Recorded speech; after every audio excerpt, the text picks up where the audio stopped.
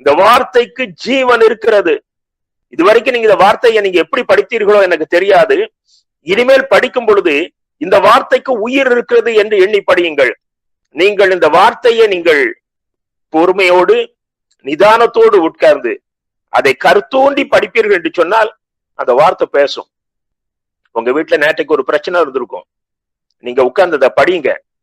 ஆவியானவர் உங்களோட அந்த வசனம் அப்படியே பேசும். உனக்கு ஆலோசனை கொடுக்கும். உன் வீட்டுல ஏற்பட்ட குழப்பங்களுக்கு விடுதலை அங்க இருக்கும். மனிதன் பேசுவது போல அது பேசாது. மனிதன் பேசும் போதே நினைப்பான், இந்த குழப்பம் இன்னும் கொஞ்சம் அதிகமாகாதா இவளுக்கு, இவள் இன்னும் கொஞ்சம் சிக்கல்ல மாட்ட மாட்டாளா என்று நினைப்பான். அது பிசாசினுடைய குணம்.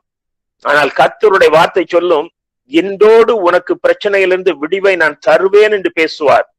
அத்தனை ஜீவனுள்ள வார்த்தைகளை அடங்கிய வேத புத்தகத்தை கர்த்தர் உனக்கு சொத்தாக கொடுத்திருக்கிறார். என் தகப்பனே, என் அன்பு மகனே, என் அன்பு மகளே, எனக்கு அருமையான தேவனுடைய அன்பு பிள்ளைகளே, ஆவியானவர் பேசுகிறார். காதுள்ளவன் கேட்க கடவன்.